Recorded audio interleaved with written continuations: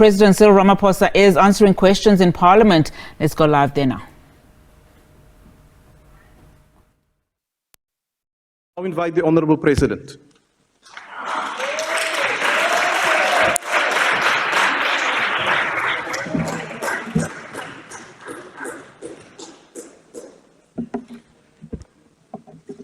Honourable House Chair, honourable members, the issue of land reform is vital to the transformation of our society, particularly with a view to correcting historical injustices that were perpetrated in our country. Redistribution, restitution, and the provision of secure tenure to land also contribute to greater agricultural activity and do enable more and more people to earn a living from farming. Government's land reform program is supported by a number of complementary as well as supplementary programs, as well as initiatives that government has initiated to enable growth and job creation. In May 2022, there was the signing of a master plan on agriculture and agro-processing, which was effected with business partner and labor.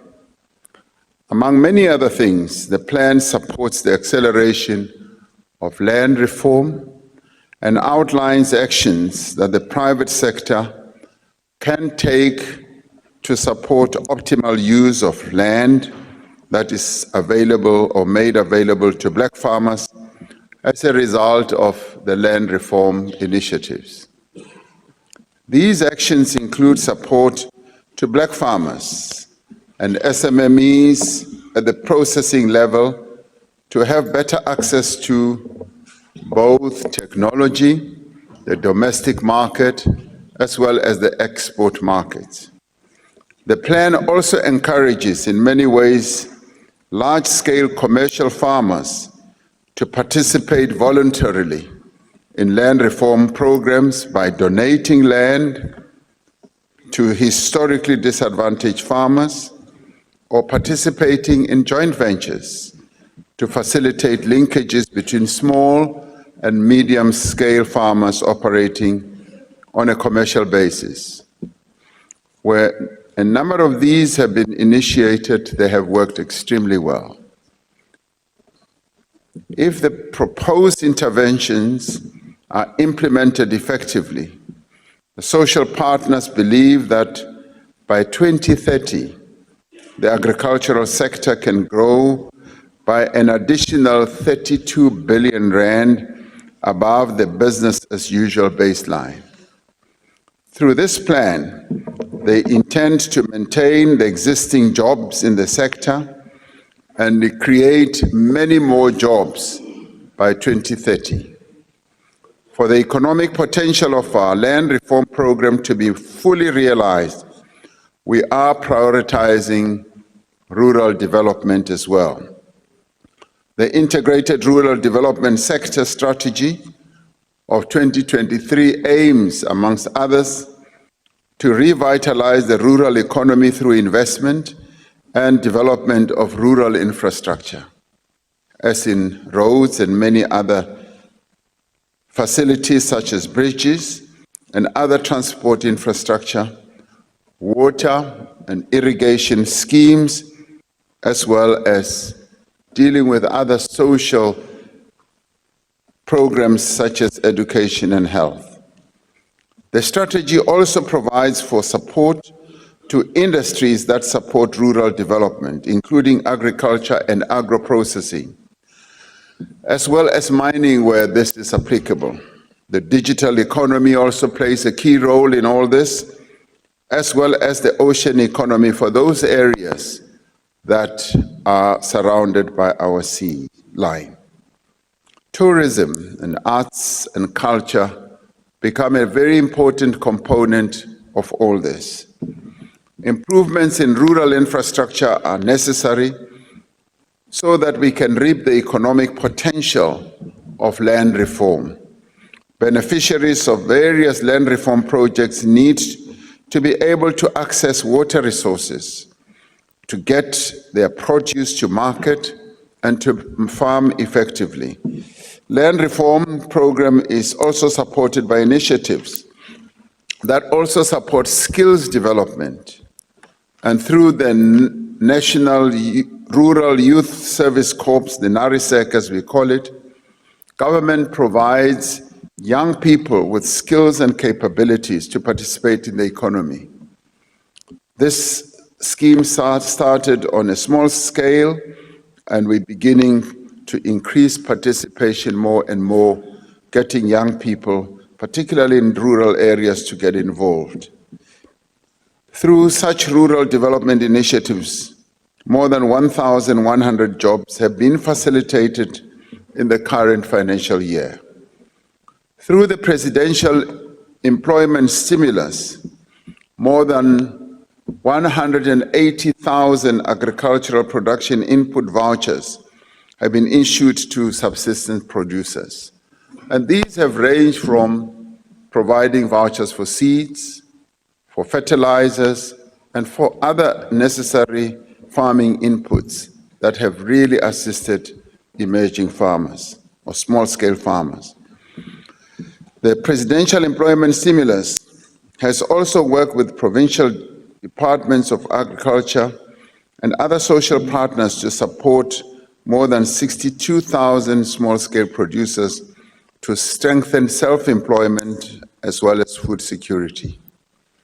Through these complementary programs and initiatives, we are working to ensure that land reform is indeed harnessed more effectively to support the growth of agriculture and agro-processing, and to expand employment and to support the livelihoods of many South Africans. I thank you, Honourable Chairperson. Thank you, Honourable President. The first supplementary question will be asked by the Honourable Dr. Tlhape. Thank you, Chairperson. Thanks, Mr. President, for an elaborative and very insightful response. It is worth noting that the integrated plan for government on agricultural sector and land reform has found expression in many documents, key documents. That is your policy documents on national development plan, your national growth path, and as you have indicated most recently, the agriculture and agro-processing master plan, just to name a few. Now, President, the key concern in the gains of land reform remains bringing communal land back to production. My question, therefore, is, Your Excellency, what are the plans of government with regard to communal land so that we leave no one behind? Thank you. The Honourable President. Thank you, Honourable House Chair. Thank you, Honourable Tlhape. The issue of communal land is continuing to be under attention and discussion. We've had several discussions, particularly with our traditional leaders, with a view of addressing this very important issue. And it's not only to bring those lands under production, but also to look at the ownership and the ownership structure and processes that go into this. I myself have interacted a great deal with traditional leaders, and the Deputy President is also engaged in that whole process of addressing the issue that has been raised pointedly and directly by traditional leaders.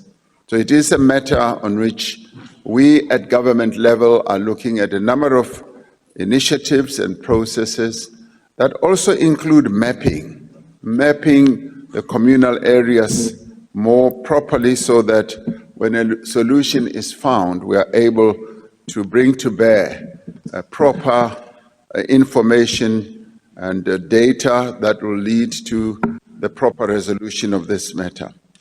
Through the voucher system that we implemented, we've made sure and taken care that even those who are in communal land are also not left behind. And indeed, we have also found that as we structure and put together our master plans, communal land should not be left behind, because in some areas of our country where there is fertile land which resides or which is located in communal land, there is a great possibility to embark on commercial farming on a fairly sizable scale, and this is where cooperation between the current existing commercial farmers who are advantaged by the privileges of the past can cooperate and have partnerships with those who are in communal lands. So a number of initiatives and plans are being brought to bear, and we are going to be able to find a more effective solution to the question of communal land. And in the meantime, we are proceeding to ensure that communal land is not left behind, and those who live on communal land are also included. And there are quite a number of initiatives that are underway. Thank you very much. Thank you, Honourable President. The second supplementary question will be asked by the Leader of the Opposition. Mr. President, let's be very clear, not beating around the bush. The ANC's land reform program has been a dismal failure, largely due to corruption, maladministration, and insufficient budget. And this was, as a result, highlighted in the high-level panel report. The only province where land reform is actually working is the Western Cape, where there's an 83% success rate.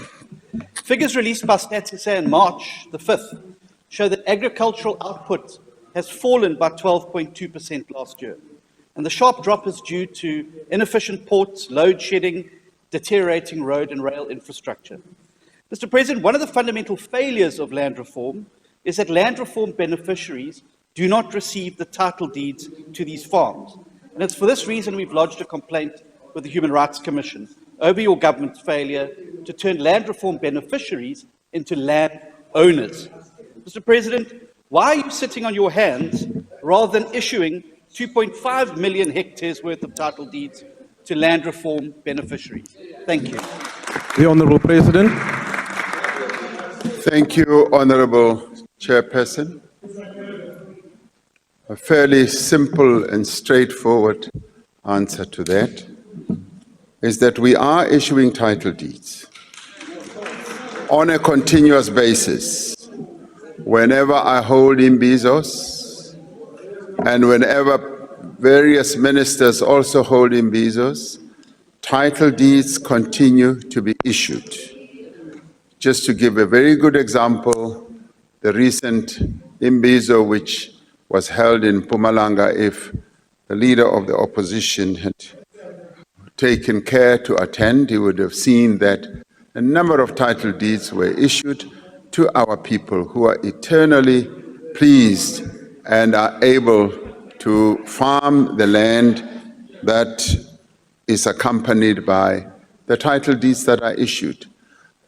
Issuing of title deeds is a process. It has to follow the processes of management, of the land, scaling and all that.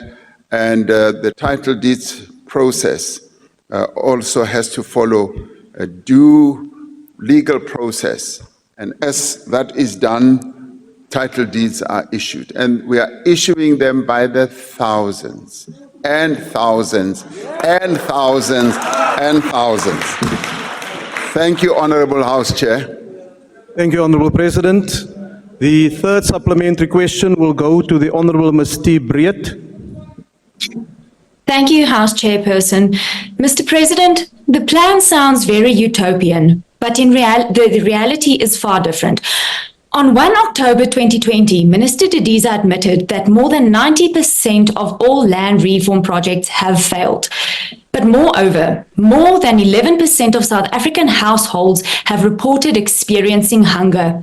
Job growth in this sector is good, but if it doesn't transfer to food security or successful land reform, it is futile. What will you do to ensure food security through successful land reform? I thank you. The Honourable President.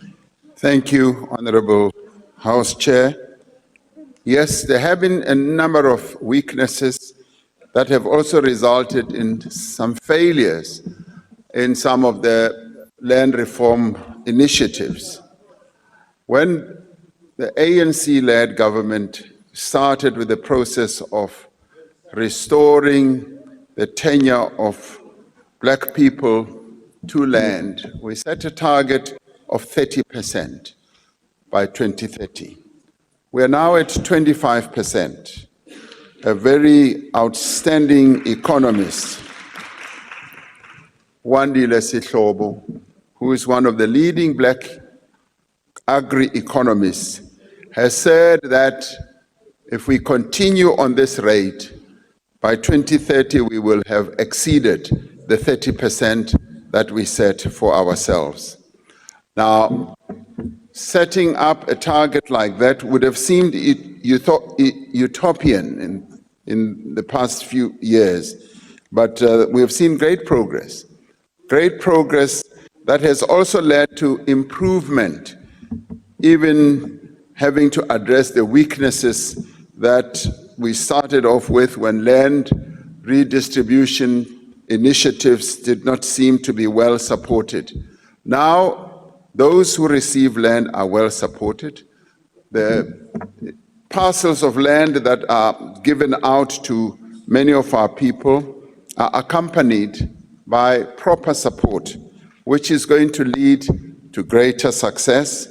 And I'm glad you have noted that the employment in the agri-sector has been increasing, and we want to see it increase more and more. When it comes to food security, the technological advancements that we are seeing in agriculture, as well as the focus that government is giving to agriculture, is continuing to increase the food security in our country. We are a food secure country in many, many ways. Of course, we still have to address the incidence of poverty, where a number of our people still struggle to continue with their livelihoods. And this is where government has been very, very supportive through a number of initiatives such as the social grants that we give to support the livelihoods of people.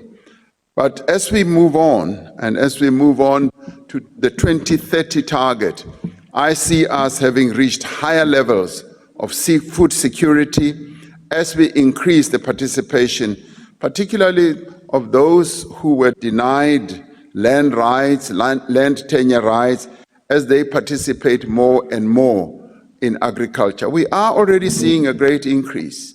If you look at a number of subsectors of the agri-economy, you'll find that many more black people are getting into those sectors. You come to sheep farming, come to goat farming, and you even come to maize farming. More and more black people are coming in. It is in the other subsectors, such as wheat, such as vegetables, where we need to increase the participation of black people. And when we do that, when we increase land utilization, that is where we are going to increase our food security. So food security is an important area that we are focusing on, and I do believe that we are on target. In the coming years, our food security will be even more secure as to be able to cover even those people who are poor at the moment. Thank you very much. Thank you, Honourable President. The last supplementary question will be asked by the Honourable Nkosi Kebekulu.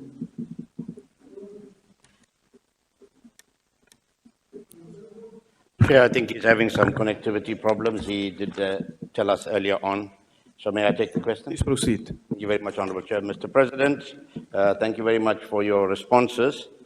I will ask you a question that was penned down by the Honourable Nkosi Kebekulu, who has been informed that contracts for over 5,000 assistant agricultural practitioners who were recruited as part of a program initiated by the Department of Agriculture, Land Reform and Rural Development, aimed at deploying unemployed agricultural graduates to assist in reaching crucial targets within our agricultural sector is now in jeopardy because of budget constraints. And the question is, how does the government intend to ensure that such budgetary challenges do not undermine critical employment opportunities within the agricultural sector, particularly for skilled graduates? Thank you. Honourable President. As we address the challenges that are given rise to by our fiscal circumstances, we are making sure that we minimize as much as we possibly can the various reductions of expenditure in a number of areas. And one of those is, for instance, the absorption of agricultural extension officers. We have said in the past that we need to increase agricultural extension officers, and many of whom are the new graduates, but they need to be also supported by the more experienced farmers. And as we increase their number, we obviously want to see productivity in the agricultural sector also going up. And through the presidential stimulus initiative, we are also bringing in those young people. You will recall that I've often said that with the presidential employment stimulus, we brought in a number of young people in a number of disciplines: education, agriculture, and community services and all that. So a number of them will be absorbed through that as well, and we'll make sure that their tenure or their continued participation in helping in agriculture also continues.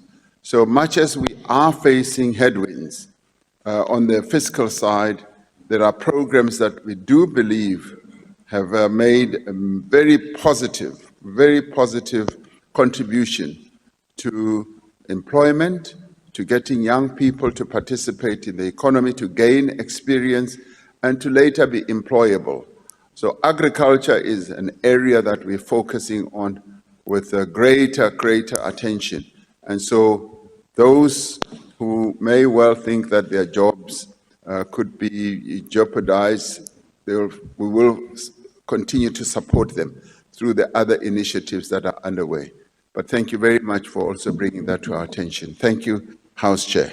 Thank you, Honourable President. Honourable members, question number 2 has been asked by the Honourable Leader of the Opposition. The Honourable President. Honourable House Chair, after several delays, the issue of lifestyle audits of members of the executive is underway firmly.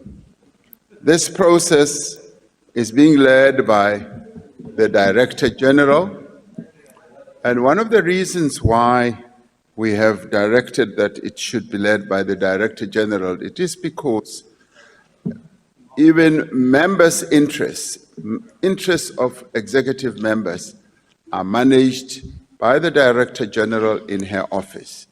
And we wanted this process to reside there and to be properly administered. And it is in that regard that these audits are now continuing. As I indicated, the aim of lifestyle audit is to collect as much information, some of which already resides in her office, as she is the repository of the information of all of us in the executive. And this had initially been outsourced, and in the end we found that the coverage of precisely what we sought was not as effective as we wanted it to be. It is now in the right place, under the right management, and the process continues.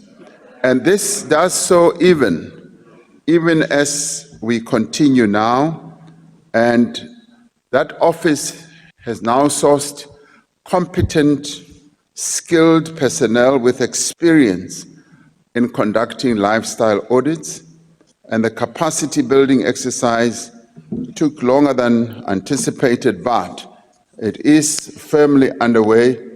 And this is the first time that national government is conducting lifestyle audits on its members, and it requires new systems that have now been set in place. It requires processes and methodologies that should be deployed or employed so that it is able to bring to bear all the information that is required. The DG will decide on the most appropriate way to communicate the outcomes of the audit once completed. Thank you, House Chair. Thank you, Honourable President. The first supplementary question will be asked by the Honourable Leader of the Opposition. Thank you, Mr. President. It was in your 2018 SONA that you first promised lifestyle audits on your cabinet ministers, but this has been another broken promise. If you'd kept your promise, Mr. President, perhaps many of the allegations of egregious corruption against your Deputy President, Mr. Mashatile, would have come to light, and the requisite action could have then been taken.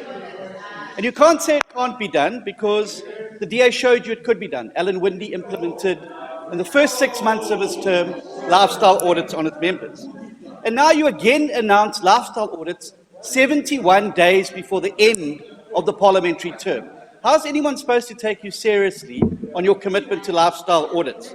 Mr. President, we've also just learned in the last hour that the Speaker's house was raided by the Hawks over corruption allegations dating back to a time when she was appointed as your defence minister by you.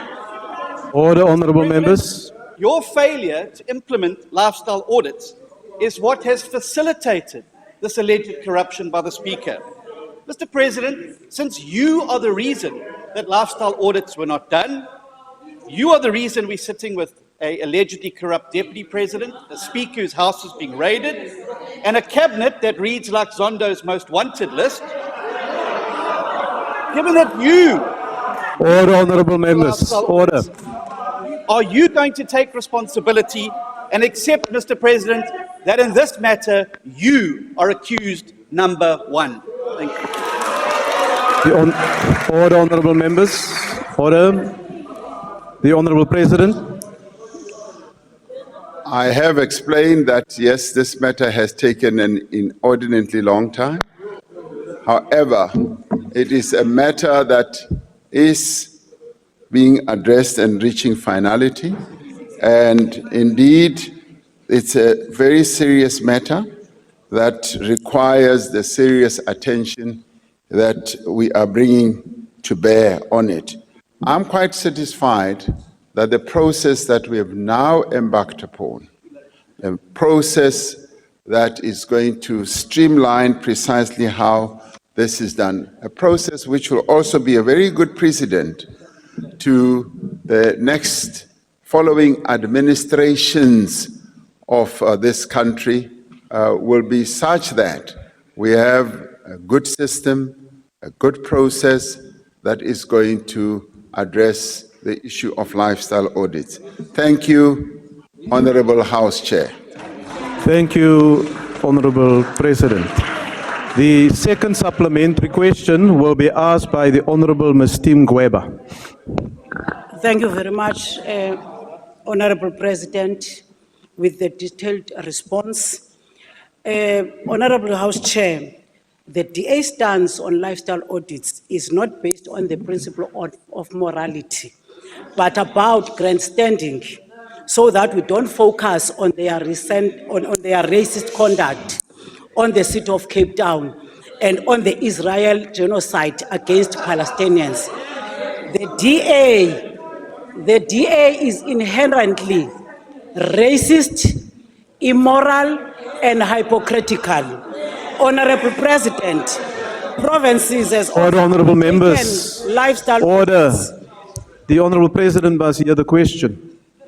Honourable President, provinces has also undertaken lifestyle audits and experienced similar challenges, as you have said.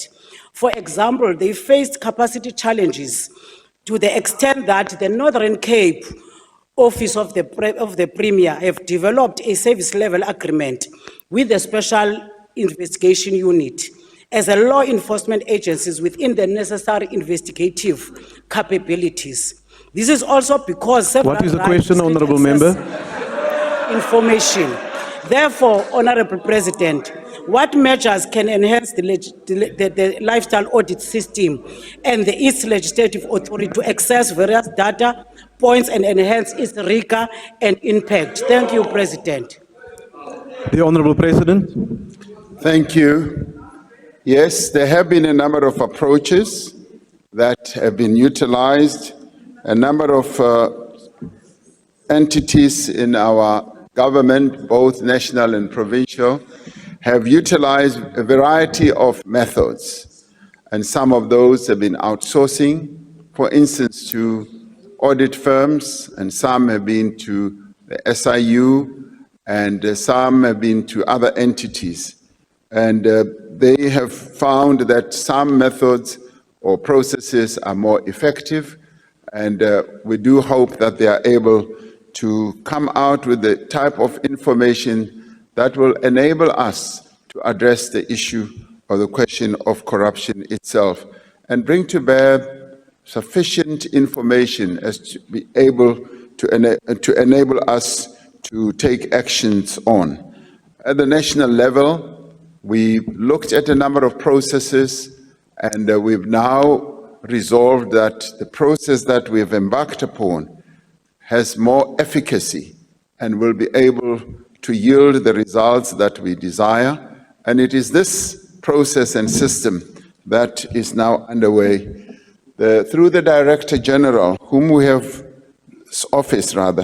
which we have trusted to manage information and declarations of the executive, we do believe that it is well capacitated, and now with the additional personnel that we've brought in, it is well capacitated to deal more effectively with the lifestyle audit system. And as I said, this is the first time at national level that we have embarked on lifestyle audits, and we are going to perfect this system as we move on. And let me be clear that this is not even an attempt to dodge, to move away from this whole process. It is to handle it as effectively as possible without leaving any gaps or any holes. Thank you very much. Thank you, Honourable President. The third supplementary question will be asked by the Honourable Singh. Thank you very much, Honourable Chairperson. Honourable President, as you quite rightly say, lifestyle audits has been a long time coming, 30 years. But anyway, they say better late than never. What I'd like to know, Honourable President, with 70 days to go in office as President of the country, if it is found, and I'm not talking about the future, I'm not a Sangoma, or a prophet, Honourable President, not a prophet.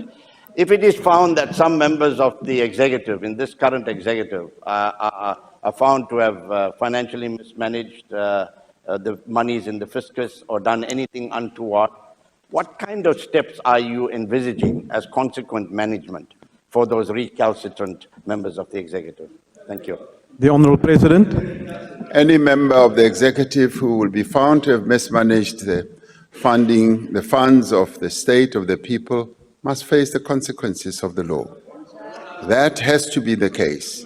And the law enforcement agencies will be furnished with whatever information that ferrets out misdeeds like that, and there will be consequences. Those who participate in activities that go against the ethics that are required must face the consequences. And that is something that I'm very clear on. So that will be the case. So thank you very much. As you say, better late than never. And this is precisely that we are doing. Thank you, Honourable President. The last supplementary question will be asked by the Honourable Sheikh Imam. Thank you, Mr. Chairperson. Mr. President, allow me to welcome your intervention in ensuring there are lifestyle audits. But as you know, if you've just heard recently, the serious allegations of the so-called audit machine in the country, that is the DA, on John Steenhuisen, Honorable John Steenhuisen, allegations of corruption from party funding. Now, what additional measures would you put in place to ensure that family members, associates and friends are also audited in some way or the other to ensure that, of course, we have a process that is, of course, clean and that we will have the required results. Thank you. Thank you. The Honourable President. The declarations that are made to the Office of the Director General do touch on issues such as interests by relatives and all that. But the lifestyle audits that are now underway are going to go into greater depth and be able to identify linkages such as those. So to give you a very plain answer on that, there will be that process of linking the dots and seeing whether they do finally link to any persons who may be involved in malfeasance and in any form of corruption involving state money. Thank you very much.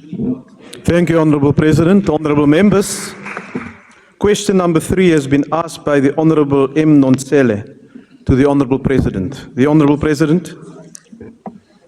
Honourable House Chair and honourable members, between 2020 and 2023, the Presidential Employment Stimulus, PERSI as it is popularly known, has created work and livelihoods for over 1.7 million people.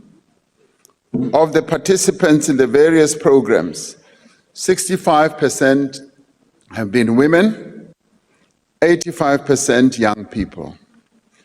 The Presidential Employment Stimulus has built an institutional architecture that is able to scale rapidly should the opportunity do so arise.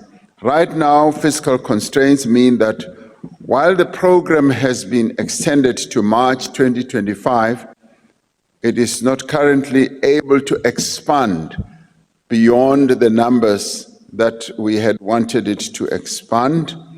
The focus in the coming year is therefore on taking the quality of outcomes to the next level, focusing on enhancing the work experience for participants, as well as the quality of the social value they create for communities. This includes skills development, both soft skills derived from work experience, as well as more formal skills development. Different programs are able to achieve this to different extents depending on the budgets made available. For example, in the Social Employment Fund, the skills development offered is a key criterion in the selection of implementing partners.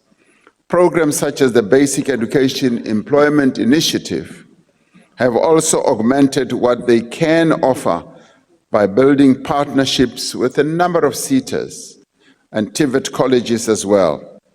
This initiative's approach to skills development focuses on demand-led skilling, which is about increasing the relevance and the delivery of interventions to address a particular area of need in various sectors of our economy, particularly where the public sector is the main actor. To take forward this work, the Department of Higher Education and Training, with the support of the Presidency, has established demand-led skilling work streams in priority growth areas. This initiative, in partnership with the National Skills Fund, has also launched Jobs Boost, as it's called, a 300 million outcomes fund that will fund implementing organizations to skill quite a number of young people who are marginalized, some 4,500. The initiative itself has made a real difference in the lives of millions of young people in our country. As you go through the length and the breadth of the country, you find that It is an initiative that has indeed touched the lives of many. Through the work already done, we have established a firm foundation of those initiatives to make an even greater contribution to addressing poverty, unemployment, and inequality. And one of the reasons why we initiated this whole intervention was during COVID, when jobs were being lost left, right, and center, and when the private sector was also not really active in creating jobs. We found this to fill the gap, to be an intervention that fills the gap, but it has also continued to play a more important role with regard to skilling young people and in some cases getting them job ready and making them enable with confidence to be able to look for jobs. And this program has been most effective and many people have found it to be so. Thank you, House Chair. Thank you, Honourable President. The first supplementary question will be asked by the Honourable Nonsele. Thank you, House Chair. Thanks, Honourable President, for your incisive explanations and responses. It goes a long way to clarify the interventions that you have made, particularly during the period of COVID. Now we've seen jobs being, in fact, increased far greater than the period before COVID time. Honourable President, given that the issue of unemployment remains one of the main challenges that the country is facing, is there another way to encourage all relevant stakeholders, including social partners, to participate in an even more massive employment creation? Thank you, President. The Honourable President. Thank you, Honourable House Chair. Yes, there are a number of ways in which we can bring in a number of partners and social partners, stakeholders, to play a role in the whole task of addressing unemployment. I recently held a meeting with business and government, and out of that meeting came a number of interesting proposals from the private sector about how they can cooperate with government. And they also included setting up a small medium enterprise fund of great scale to fund small and medium enterprises, to enable them to be able to run their businesses in a way where they can create jobs. And there are quite a number of other initiatives which they have come up with that will enable us to train young people, to get them even more better prepared for the world of work.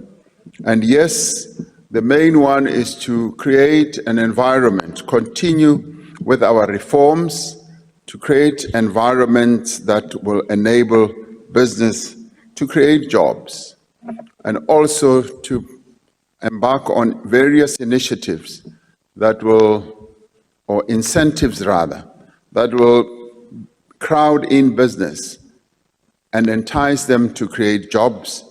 And these are initiatives that are important to be able to bring more and more people into employment. So initiatives are being embarked upon, and creativity is the order of the day. And we've just come out of this morning of the infrastructure symposium, where through infrastructure, we're finding that there's a great deal of interest from the private sector to work with government through various funding initiatives to support the creation of jobs. So we are going to continue doing precisely that, because our aim is to create more and more jobs so that more and more of our people can get out of poverty. Thank you very much, House Chair. Thank you, Honourable President. The second supplementary question will be asked by the Leader of the Opposition. Thank you very much, Mr. President. According to Stats SA's recent quarterly labour force survey, 2.5 million young people under 25 cannot find work. There's no getting around the truth. you and the ANC have failed the young people of South Africa. Now, your government's only solution is to create 2-month job opportunities for people, and then they're back in the unemployment queue, which is now 12 million people long, thanks to your government, yourself, and your policies. The only place where real sustainable jobs are being created, Mr. President, is in the DA-run Western Cape, with 368,000 new real jobs were created in a single year, thanks to good, clean, accountable government that creates an enabling environment for jobs to flourish. Unlike the ANC manifesto, which promises only temporary,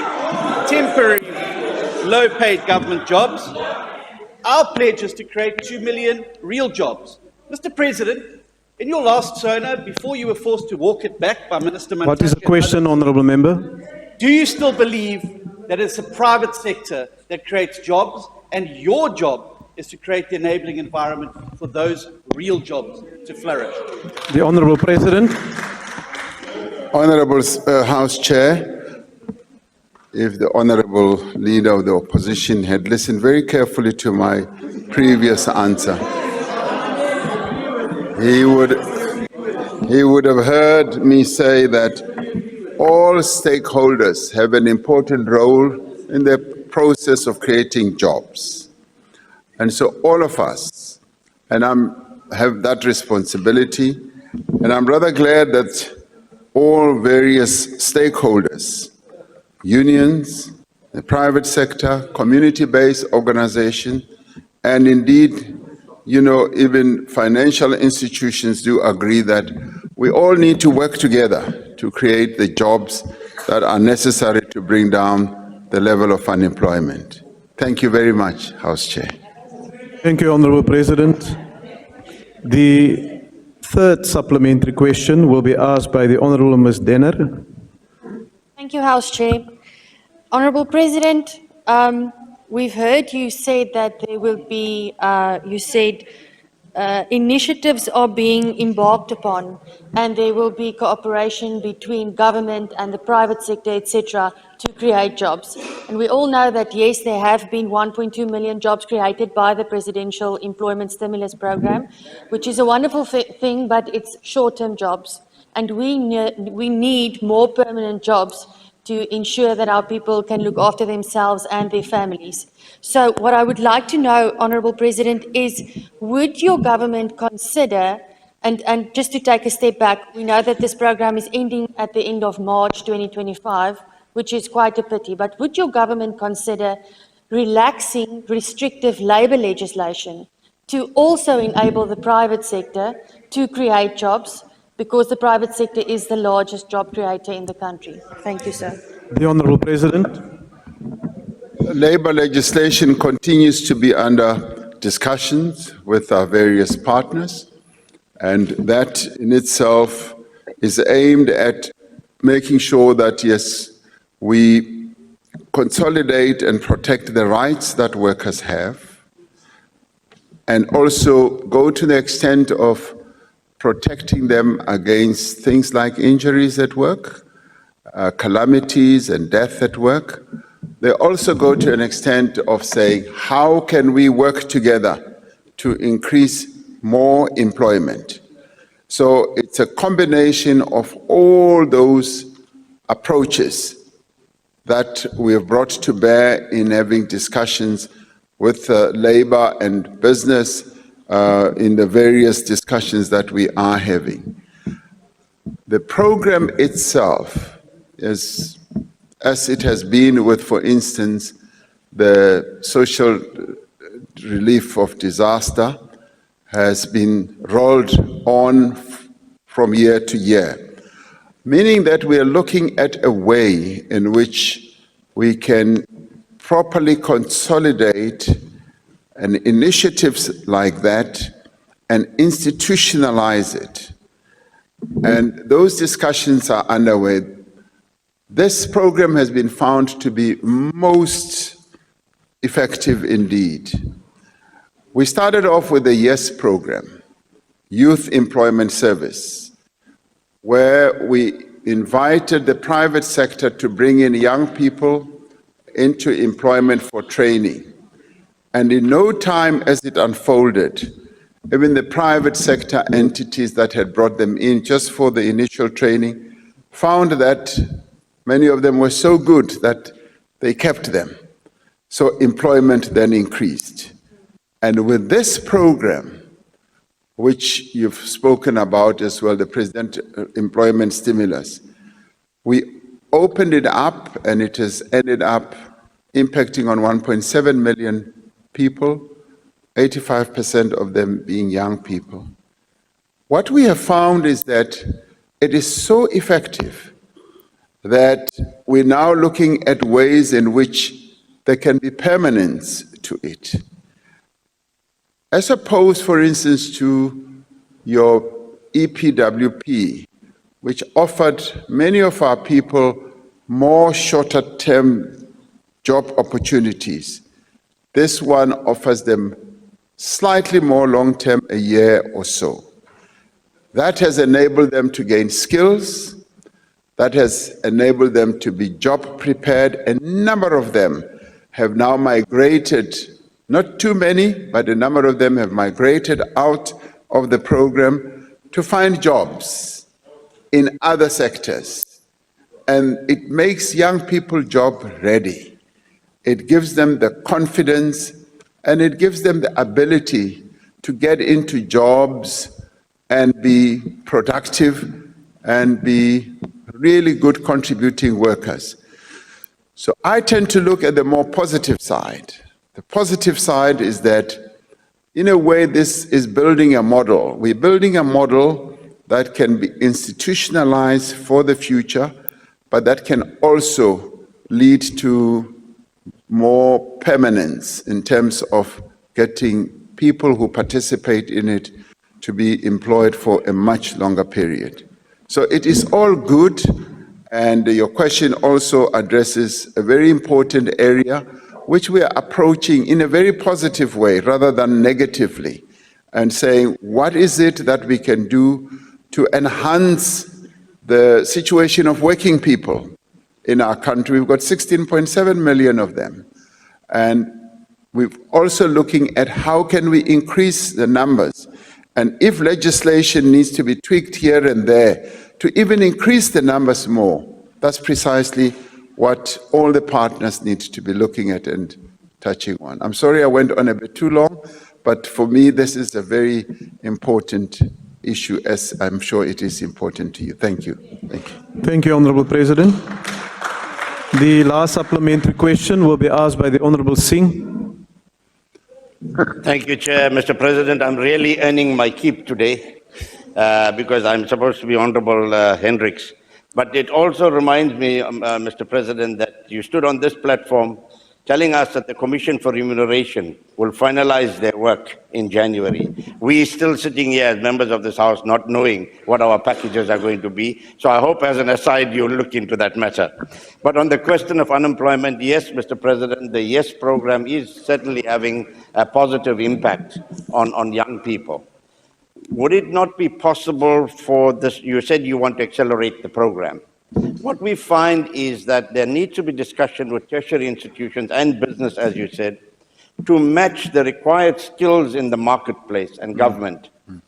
Because you find that students go to tertiary institutions sometimes and just study something that's not appropriate for the market. And the other arena, Honorable President, is the question of vocational education.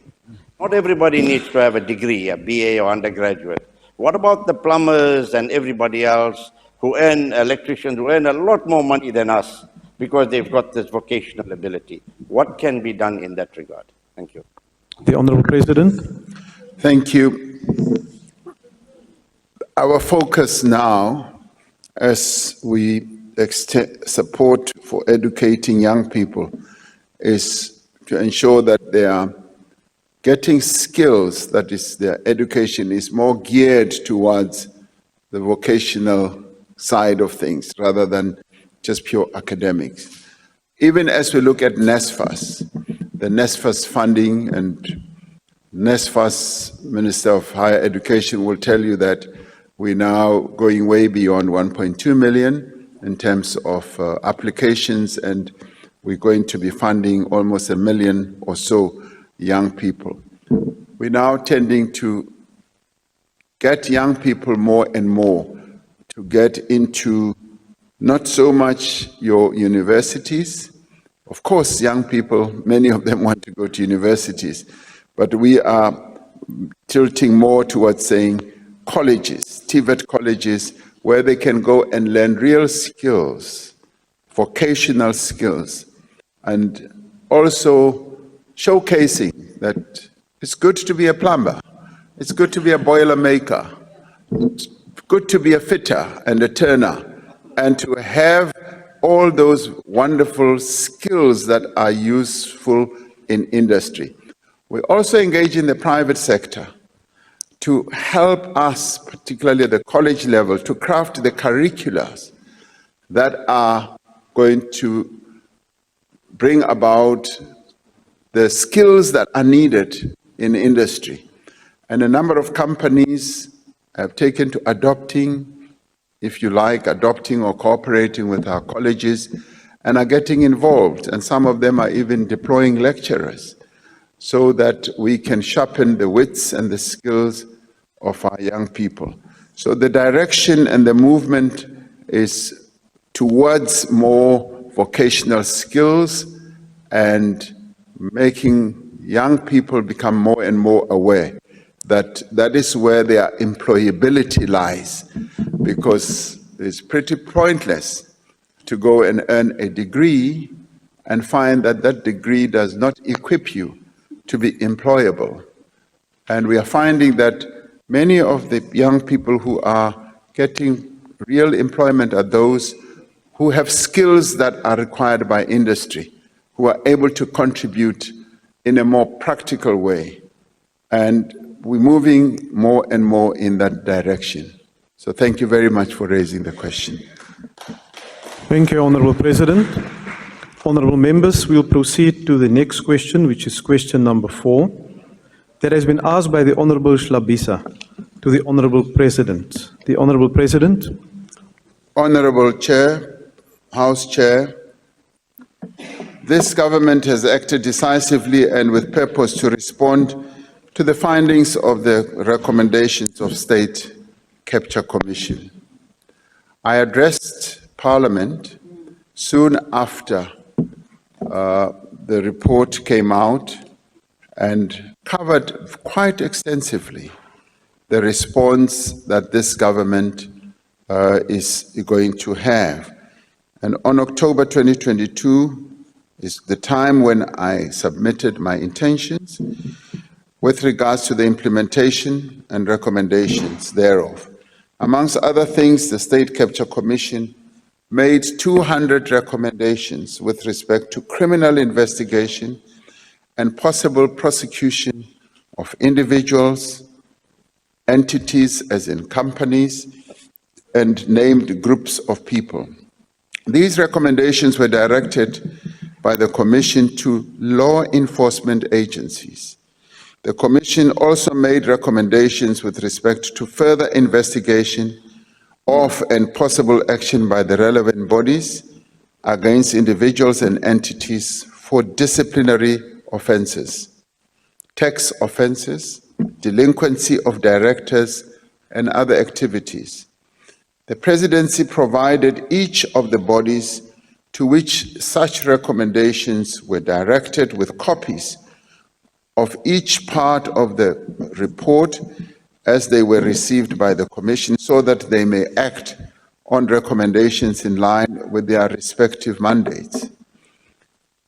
As has been reported on several occasions to this Parliament and to the public more broadly, these recommendations are currently receiving attention from a number of law enforcement agencies and other bodies.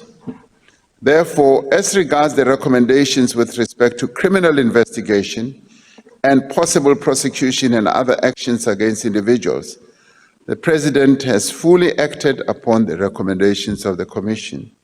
As I indicated in a written reply to this House on my birthday, on the 17th of November in 2022, any actions that I take with respect to members of the executive about whom the Commission made findings will be informed by the outcomes of the processes that are undertaken by relevant entities that have the responsibility, the capacity to do their work.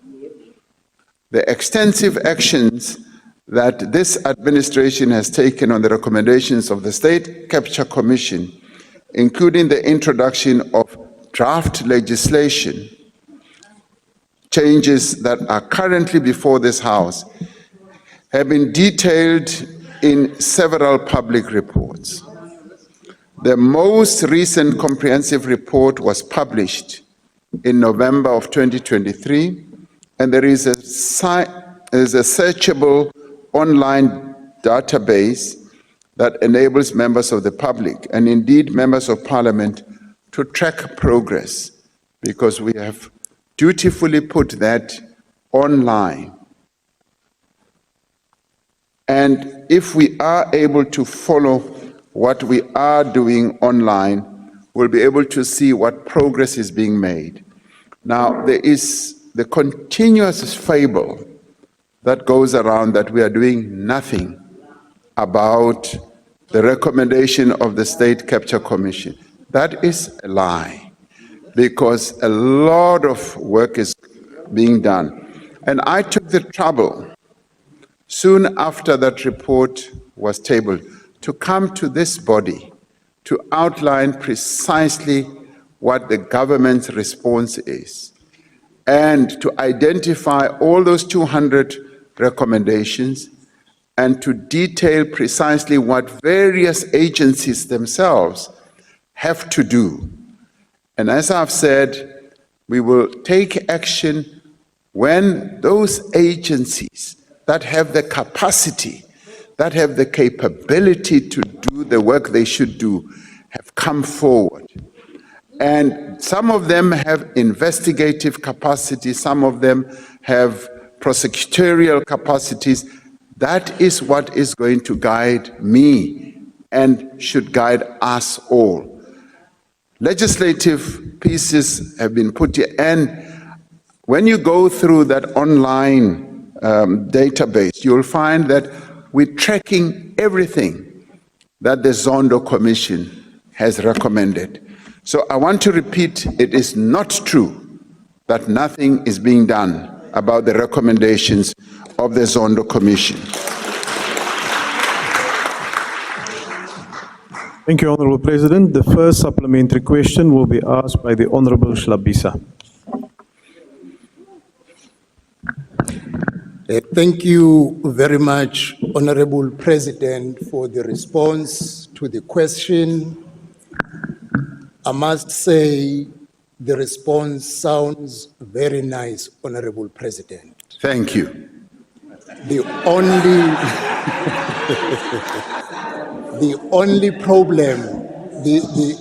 only problem, Honourable President, is that no matter how nice the response is, but what people see is different from the response. Now, the question, Honourable President, I'm going to ask, I presume the question will get a similar response that we have given. It will add confidence to the public, because what we saw in the action taken against the Deputy Minister is what the public is expecting in relation to the State Capture Report. My question, therefore, is, can we expect anything before the end of this term, being an action taken out of the State Capture Report? Thank you. The Honourable President. Mr. Singh, your neighbor and the member of your party, said he's not a Sangoma. And we may have taken that very lightly, but I hope you are not suggesting that I should be a Sangoma. But where there would be and where there is any form of evidence that would speak to the issues that I was addressing, yes, action will be taken.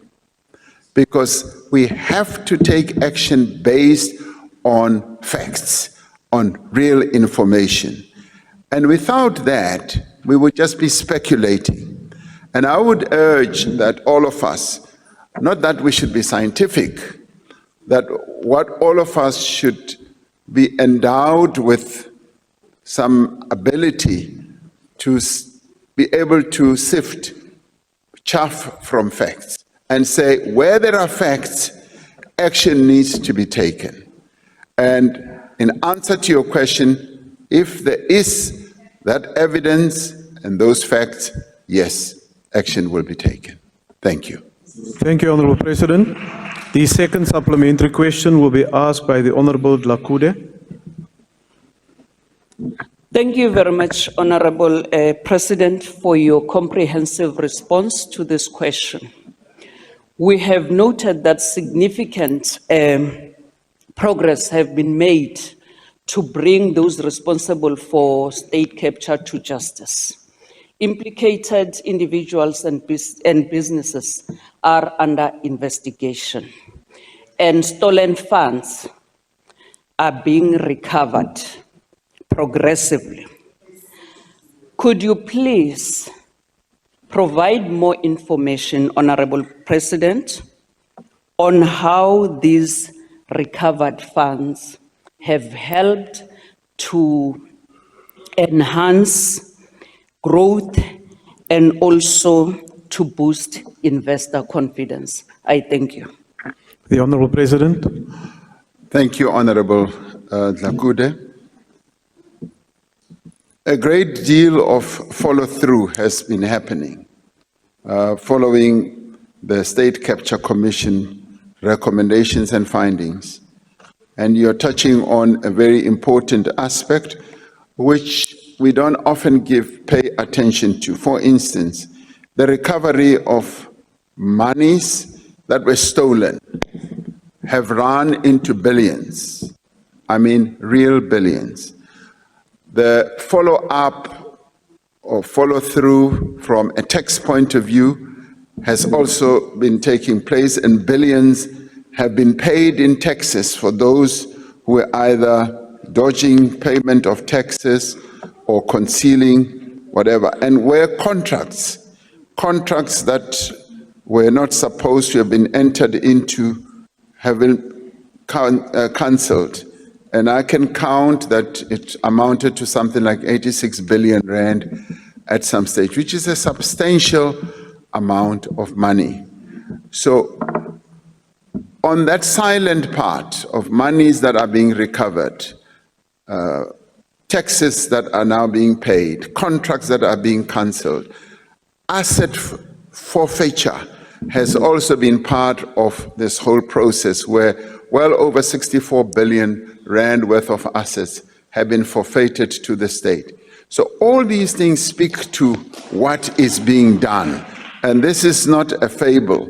And it's possible that maybe we don't communicate enough and we don't beam this out sufficiently, because this is what, yes, the people of South Africa ought to know. The commission cost us well over R1 billion, but the recoveries have been way above what we paid in getting the commission underway. And there are still going to be more recoveries. There are still going to be more arrests. There are investigations that are underway. Our prosecutorial or criminal justice agencies are busy as we speak with a number of those cases. And of course, as South Africans, we want to see everything happening now. And we want to see big names now. We want to see all those things happening now. And the findings of the commission were just 2 years ago. And these things in the government system do take time, but they are happening. Monies are being recovered, taxes are being paid. So there is progress, and all I would say is that yes, we should open our eyes and open our ears, and we will see more. Thank you very much. Thank you, Honourable President.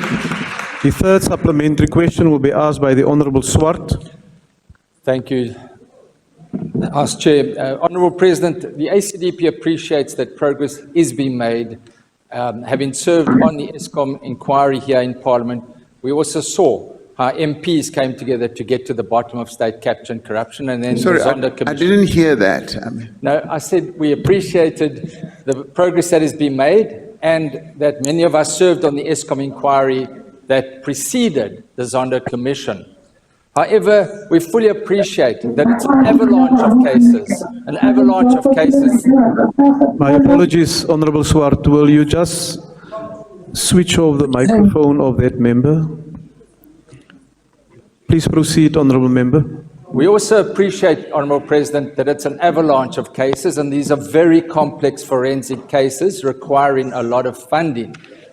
Given that, I'm sure you would agree, Honourable President, that additional funding should be given to the law enforcement agencies, and it is a concern when we see budget cuts, and possibly that the funds in the Criminal Assets Recovery account, the CORA account, can go towards these law enforcement agencies that can collect billions of rands and can leverage an extra 500 million, and they can collect 10 billion rand so that we can recover those ill-gotten gains. Thank you, President. Honourable President. Thank you very much, Honourable Swart. Yes, indeed, you're absolutely right. We need to resource those agencies, criminal justice agencies, even more, because when they do their work, they do it thoroughly, and they therefore need to be capacitated, including SARS. When we have capacitated SARS, we have found that they are able to collect more and more taxes on behalf of the nation. So you are right, and whatever budget rationalization we have to go through needs to keep that into account, that if nothing else, we need to give them more and more funding. And I've actually seen it with the police. Over years, and Honourable Groenewald, who keeps a close eye on this, what we have tended to do is to sort of shortchange the police and the defense budget over a number of years, 11 years and more. And it is now that we are increasing the numbers of police by 30,000 over the past 3 years, that we are going to start seeing gains. Although they still need to be well trained, they still need to be well skilled, but we are going to see a complete reversal of the downward slide that we were on. And similarly with defense, but more importantly, in the areas that you are talking about, that those criminal investigation agencies need to be given more firepower.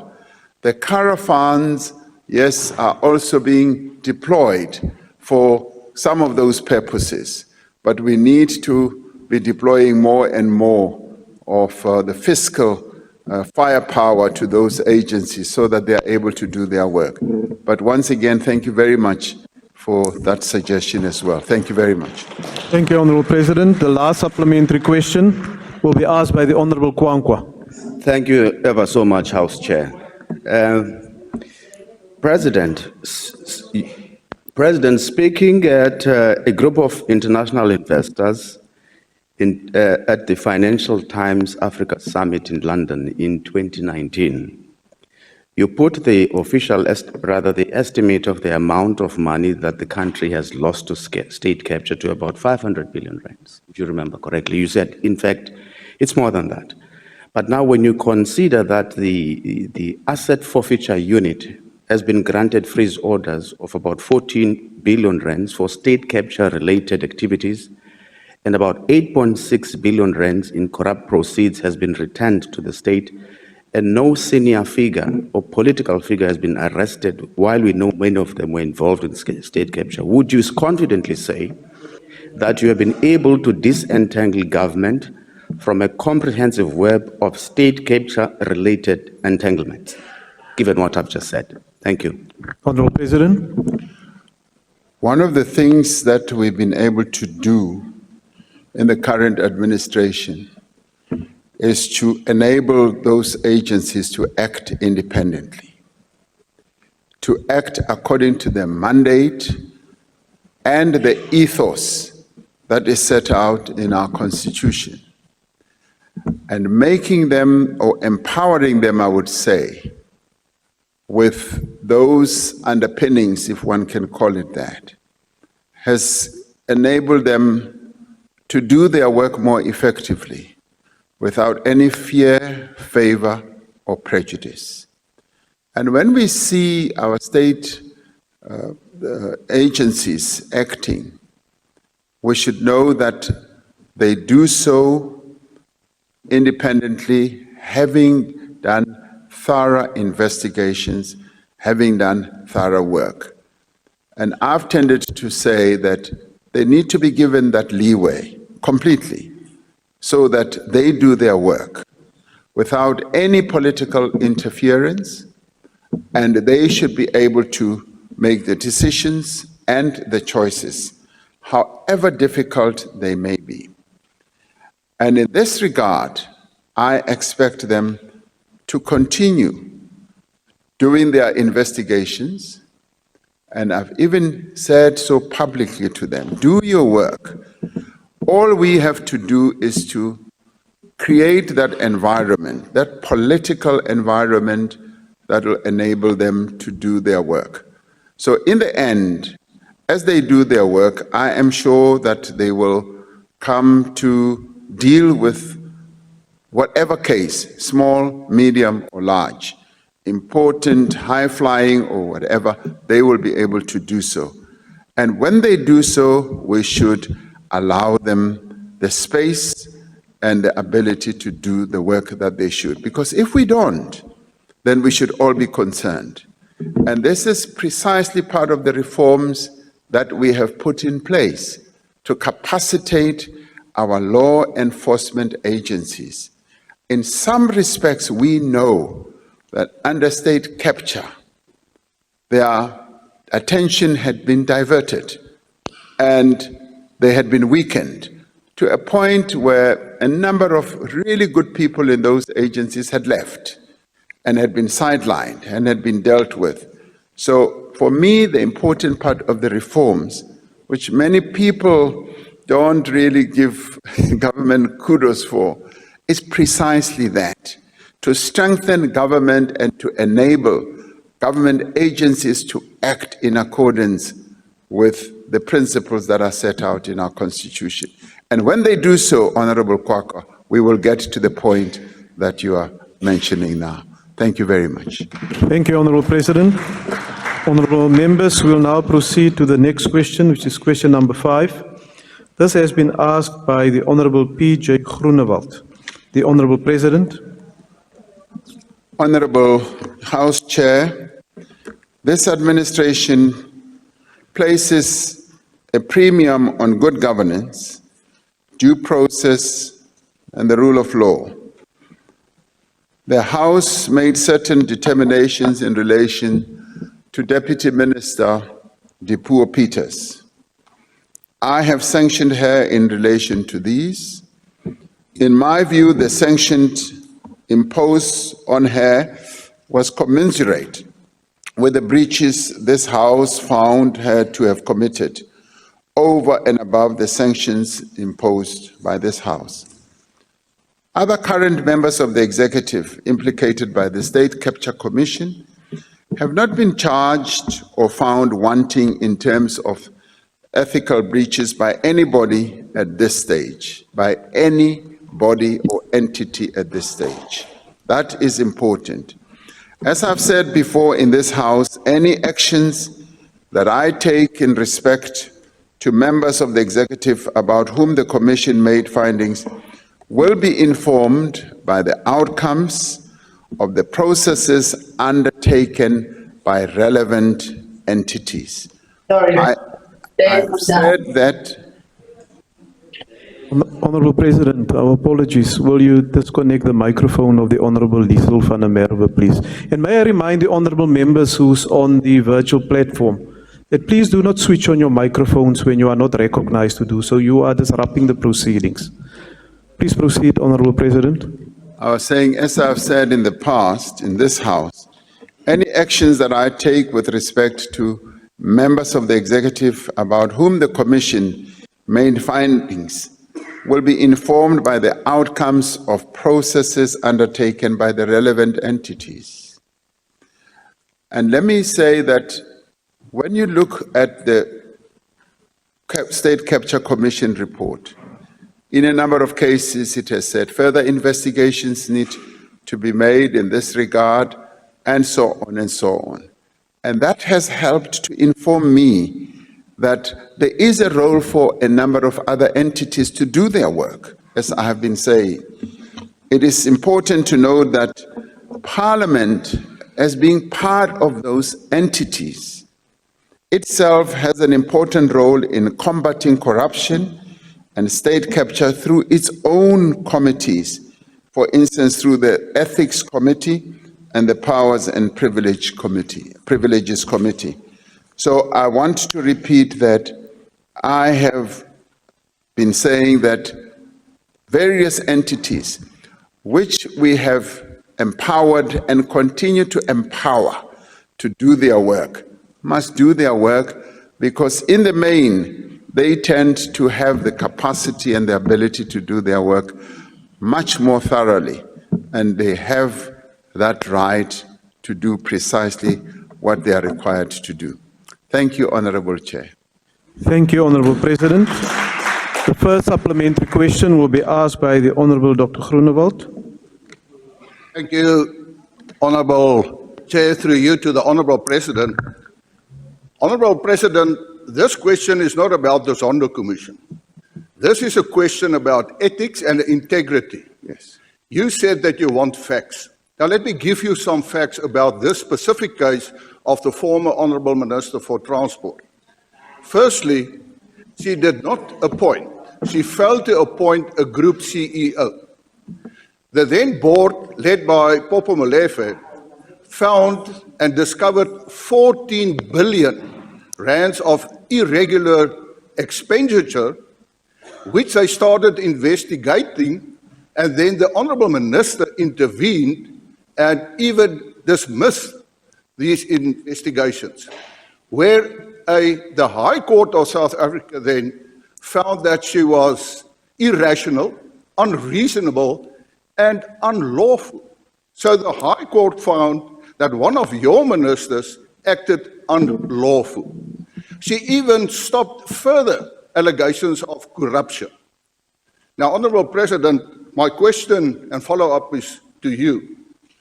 What criteria do you set yourself as President for your ministers to comply to when it comes to integrity?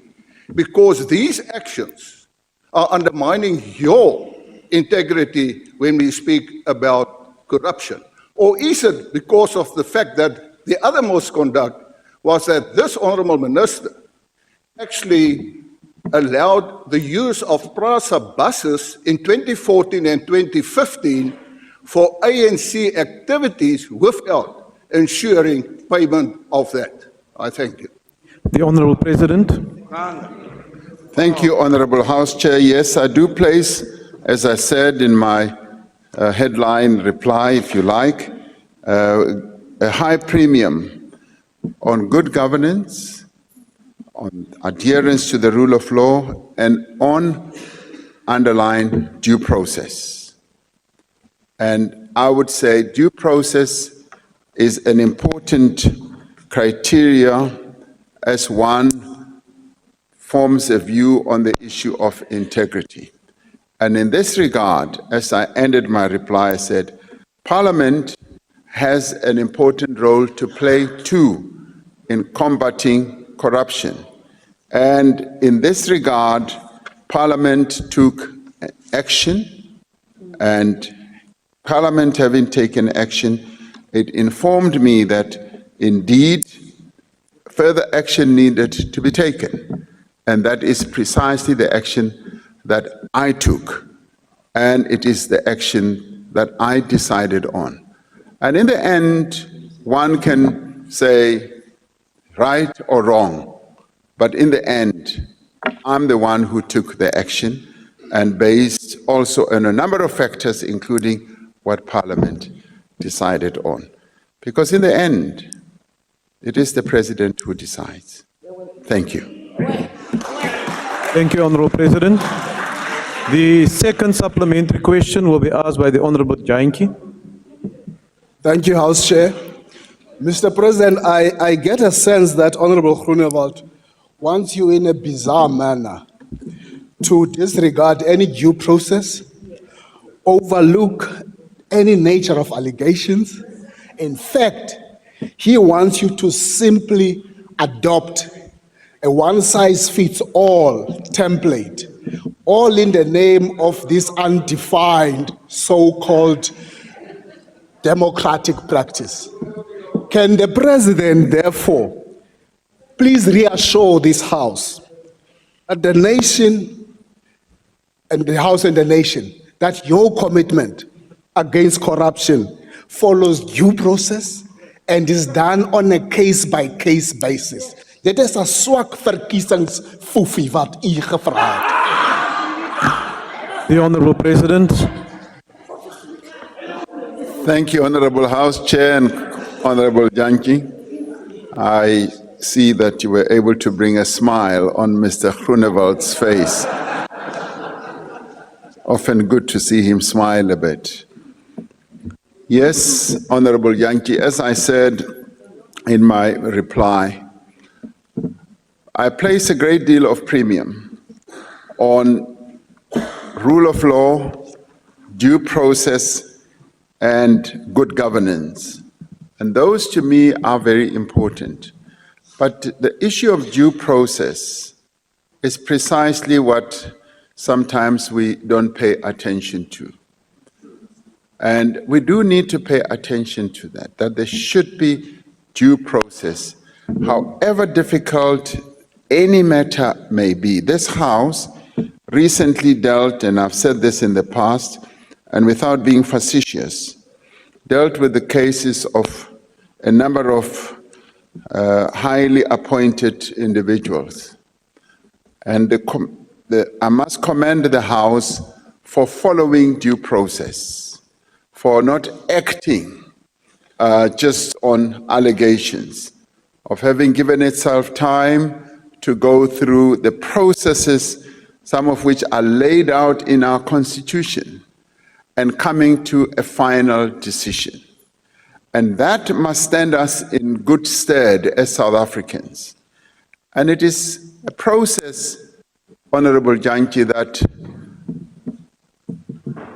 actually strengthens our democracy rather than weaken it.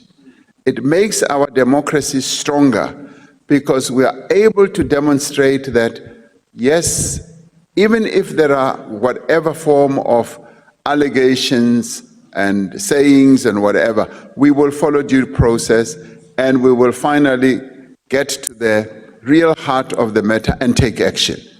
And this, for me, is important, and may this continue to be what defines the hallmark of our democracy.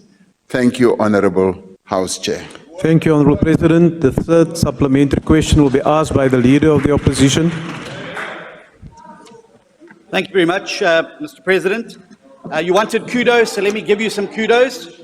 You certainly talk a good game, but the reality is you're not serious about fighting corruption in your own party. If you were serious, you wouldn't be sitting here with the Deputy President with a slew of allegations over his head. You wouldn't be sitting with the Speaker who has allegations over her head, who's been raided.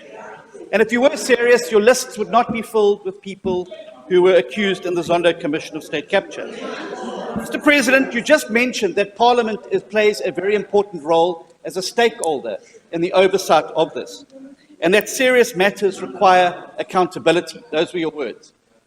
Mr. President, do you accept that a Speaker's house being raided by the National Prosecuting Authority is a serious matter? And do you believe that she should step aside to protect the integrity of this House and its envisaged role in fighting corruption? The Honourable President. Order, Honourable Members. Order. Honourable President, before you proceed, I recognize the Honourable Boroto. Oh, thank you, Honorable House Chair. Honorable House Chair, this is a new question and it has nothing to do with what we are dealing with. This is pure gossip. It's pure gossip and it's a cheap shot. I really want to appreciate that the President doesn't respond. Order, Honourable Members. Order, Honourable Members. Honourable Members. The question posed by the Honourable Groenewald specifically refers to, as an example, a Deputy Minister and members of the executive and the members' interest process. Now, this is a new question. This has no bearing on the primary question. And as order, Honourable Members, and as we know, a follow-up question must relate directly to the primary question that has been asked. Honourable Steenhuisen. House Chair, I'm not wanting to get into a quibble with you, but if you read the rule further, it says all arises from the response. The President opened the door when he said Parliament has a role to play in combating corruption. The President himself, in his response, has opened the door for us to now discuss Parliament's role in this. The Speaker, as the representative... Order, Honourable Members. The Speaker, as the representative of this House... Thank you. The door was opened by the President himself. Honourable Member, now whether the door was opened by the President or not, the fact remains that the due process that the President has referred to has not been followed. And if you want to, you can submit the substantive motion or complain to the Ethics Committee, so the Ethics Committee can consider the matter. Right? That is where we are, Honourable Members. I don't know, Honourable President, if you want to respond to anything, but really this is a new question. Honourable Chair, House Chair, your ruling is my command. Thank you, Honourable Members. Honourable Members, in terms of the request for questions to the President, there was a fourth opportunity that was available for a supplementary question that has not been taken up by the parties in terms of the rotation that is there. I don't know if there's anyone who wants to make use of an opportunity. Order, Honourable Members. Honourable Members. Honourable Members. Is there any other political party? No. Thank you, Honourable Members. No, I apply the principle of fairness. So if you had an opportunity, I will not allow you again. I will proceed, Honourable Members, to question number 6 that has been asked by the Honourable Chair. Yes, Honourable Member. Point of order, House Chair. House Chair, the NA table advised earlier in the day that these were open for parties to apply. They were then allocated. I was notified by the NA table that I would get the slot on this fifth follow-up question. You can check this with the NA table. The slot should have come to me, House Chair, in terms of the agreed procedure for this. Honourable Members, this was not brought to my attention. Right, and I simply, in terms of the rules, I will have a discussion with the NA table around the matter. But if you look at the sequence and the fact that, in fact, Honourable Leader of the Opposition, you had an opportunity to ask a question, it is a matter that they should have consulted with the presiding officer before making such allocations. And in respect of that, I rule that we proceed to question number 6. Sorry, House Chair. Order, Honourable Members. Honourable Members, order. Order. Yes, Honourable Steenhuisen. I accept your ruling in that regard, but nonetheless, you've put the question. Nobody else has wanted to put a question. I raised my hand, and therefore the slot remains vacant and can be filled. There's plenty of precedent of when people don't want to take up an opportunity, that the person wanting to raise their hand is able to do so. Yeah, that is subject to the presiding officer making a determination whether you had a fair opportunity, and I've ruled that that opportunity has been given to you. We now proceed to question number 6 asked by the Honourable Teke. Thank you, Honourable House Chair. Honorable members, one of the most important pillars of government's economic recovery plan is a significant increase in infrastructure investment. This has meant that we have had to give specific attention to effective project preparation and the mobilization of funding on a far larger scale. We have amended the Division of Revenue Act to provide for the pledging of future infrastructure grants, to crowd in private sector finance, and to leverage external technical capacity. This will facilitate integrated planning and implementation. It will also enable the development of a funded maintenance program, a monitoring and evaluation framework, and a governance structure to manage the program delivery. I previously spoke about the Northern Cape and the Eastern Cape as pilot provinces to address the social infrastructure backlog in schools as well as in housing. Infrastructure South Africa is making use of its project preparation facility to support the 2 pilot provinces to develop quality business cases for submission to Treasury Loans Coordinating Committee and the Budget Facility for Infrastructure. Through this mechanism, we will ensure that social infrastructure, particularly health and education infrastructure, is delivered in a manner that is cost-effective and rapid. It will also help to increase the participation of the private sector, both in terms of financing this BUILD program and also drawing on its expertise and capabilities. As part of capacity building, the Municipal Infrastructure Support Grant, or Agent rather, MISA, is developing guidelines for municipalities to use for project scoping and packaging. Importantly, the Municipal Infrastructure Grant makes provision for a portion of the grant to be utilized for refurbishment. Through these efforts, the Infrastructure Build program is starting to gain momentum. Infrastructure projects worth over 230 billion rand are currently in construction across the country, including in areas such as energy, water, roads, rural bridges, human settlements, as well as student accommodation. These projects are contributing to greater economic activity and creating employment while improving the lives of South Africans and expanding the capacity of our economy. Thank you, Honorable House Chair. The first supplementary question to the President will be asked by the Honorable Tseke. Ke a leboga modula Stilo, mo presidente wa naga. E re ra leboga karabo ya gago e tlhamaletseng. Ebile e re netefaletsa gore Afrika Borwa ke naga e tlhabologang, e tlholang ditiro.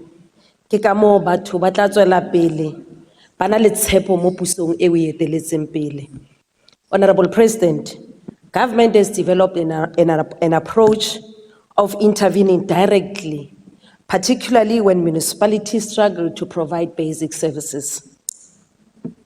The Hammanskraal cholera incident and the lost lives are also a result of a DA-led municipality that did not cooperate with the National Department of Water and Sanitation to support the municipality in resolving the challenges of wastewater treatment plant in the Rooival.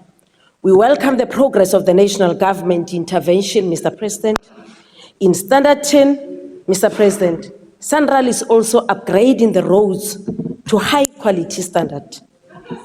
Mr. President, building on the foundation laid by the district development model approach, what measures will the national government take to ensure timely intervention and consistent basic service provision through quality infrastructure development and maintenance in municipalities with challenges? The Honorable President.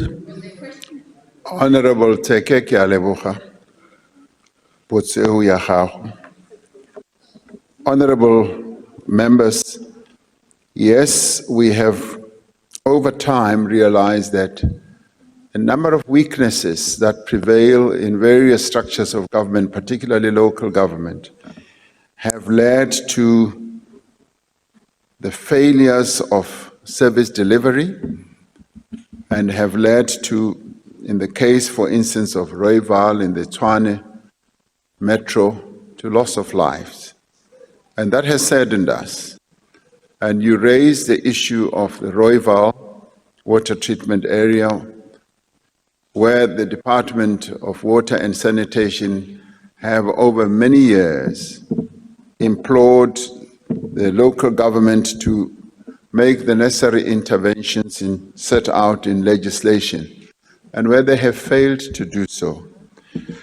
It came to our attention that we needed to act as national government, and utilizing a provision in the law, we've been able to do precisely that, in a way to override the weaknesses of local government and take action directly. Your question is, what will we do to ensure that these things do not happen again? And obviously, through monitoring and evaluation, increasing the capability of our department in that regard will be like the antenna that we need to ensure that we are aware and able to see those weaknesses as to enable us to act with much greater speed and effectiveness. We are already doing precisely that, and we are finding that it pays great dividends. But we do not do that to the exclusion of the local authority itself, and we seek cooperation and collaboration, particularly through utilizing the district development model, which has become very effective in a number of areas where it has been fully embraced. And of course, we now want to move to a point where working together with stakeholders, all of them, will be something that we should rely on more and more. We are looking also at broader involvement of stakeholders in key metros in our country. There are quite a number of metros that are facing serious challenges, and eThekwini is one of those, Tshwane is one of those, and a number of others. And this is where national government will be making interventions, working together with obviously all our colleagues at that level to make sure that the people of South Africa are well served in the areas where they live. So we have found a very effective method of being able to intervene, and we are going to do it more and more to bolster the effectiveness of good governance in all those places. Thank you very much, House Chair. Thank you, Honourable President. The second supplementary question will be asked by the Leader of the Opposition.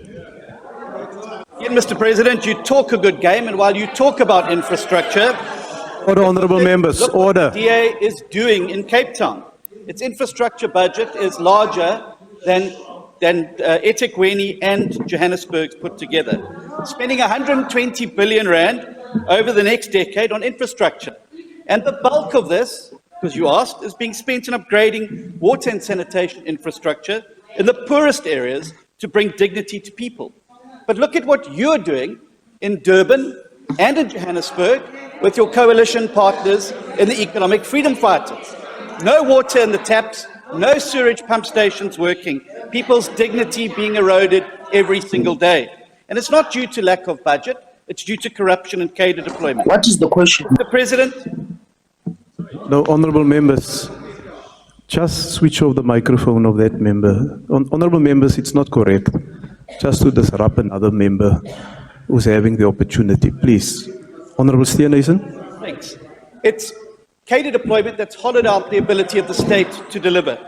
Mr. President, will you take personal accountability, because you like to blame Mr. Zuma and others, will you take personal accountability for the damage that you caused through cadre deployment, hollowing out social infrastructure in the country when you were the chairman of the ANC's cadre deployment committee at the height of state capture? Thank you. The Honourable President. Thank you, Honourable.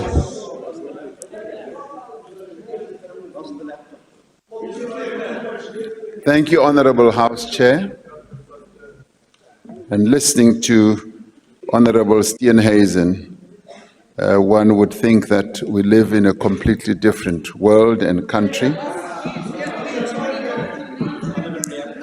And indeed, we seem to do that. Honourable Chairperson, we're making all efforts. Amen.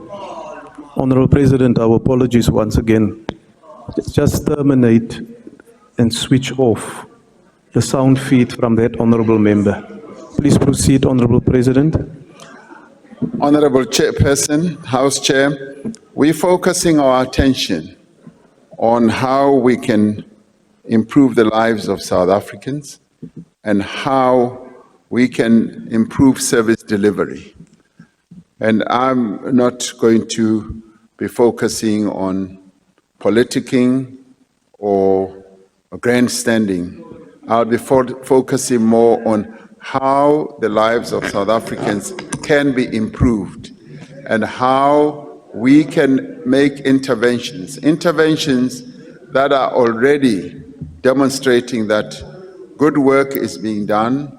When we intervene, for instance, in Rooiwal, we found that we can gain a great deal of traction and begin to put things that were being done incorrectly over a number of years by the very DA-led municipality.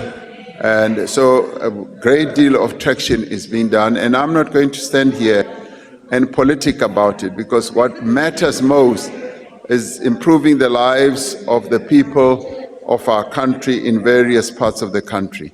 So I take responsibility for making sure that we improve the lives of our people. Thank you. Thank you, Honourable President.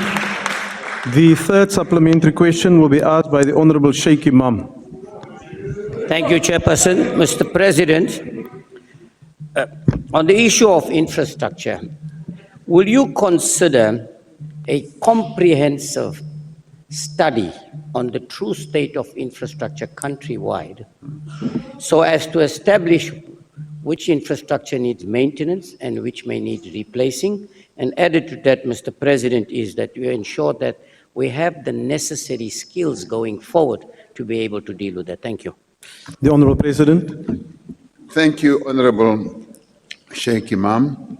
This morning I opened, as I said earlier, the Infrastructure Symposium, which brings together business, investors, financial institutions, as well as government leaders. And this time round, we also have had government leaders from other parts of Africa.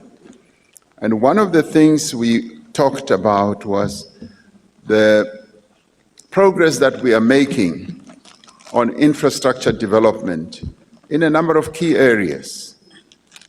And one of the things I've said quite often is that we found that with the development that we are engendering, we are beginning and continuing to have a much greater grip and understanding of the infrastructure needs of our country.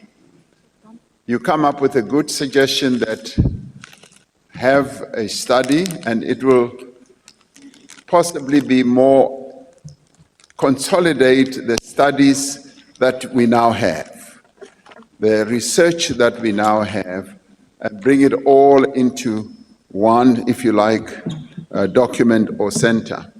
We now have a much better grip and understanding on the water framework in our country. We now have a much better understanding of the roads infrastructure in our country, the human settlements, and the needs that we have, for instance, in health, particularly in the facilities and all that. And bringing that all together obviously will bring to bear our own and enrich our own understanding. This morning, we also launched what we call a construction book, the very first time in our country where we brought together the various infrastructure projects that are being implemented, that are close to implementation, that have been properly assessed, and all of them have been brought together in one book, which we have made public.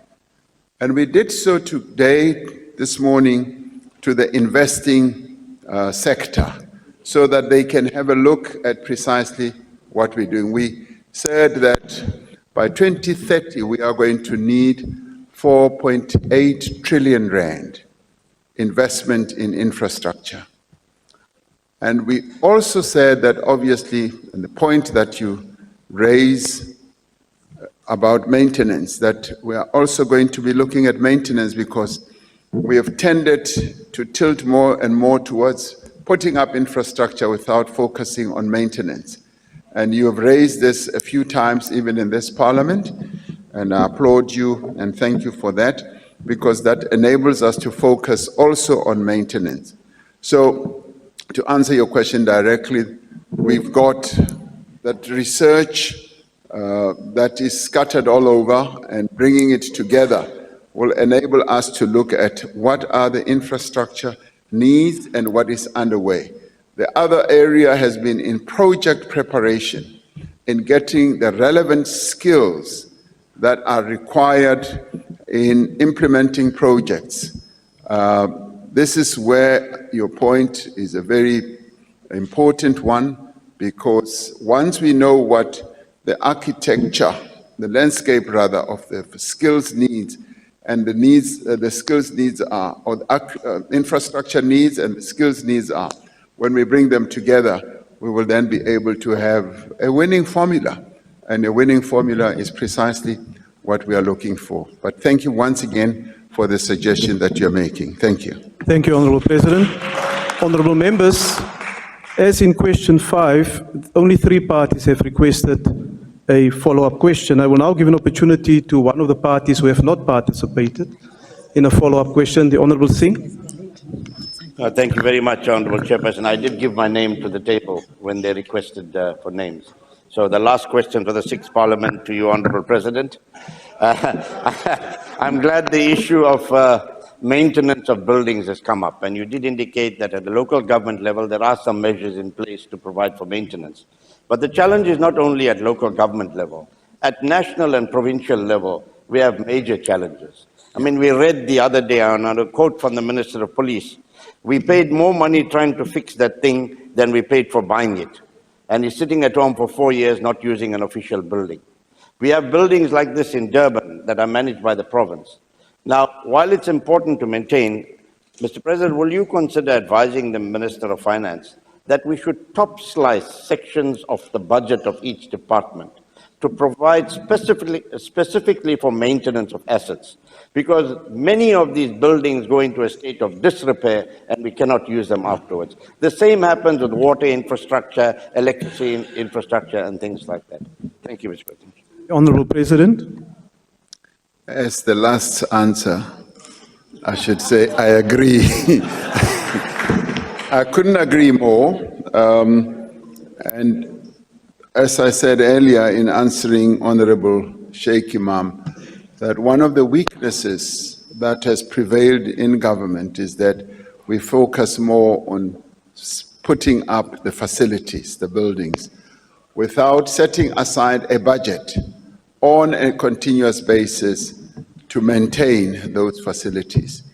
Because if you look at every facility from an accounting point of view, there's depreciation from the very day that you finish. It begins to depreciate, and you need to start addressing the physical degradation of any facility that you build, and you need to have the budget to be able to do so. So that is something that we need to inculcate in the culture of budgeting as well, in the culture of looking after the assets of our nation. It's something that needs to be growing more and more amongst us as a culture. And I welcome your suggestion, and thank you very much for all the suggestions. Honourable members, that concludes questions to the President. I want to thank the Honourable President for his presence in the chamber this afternoon and for the replies. Thank you.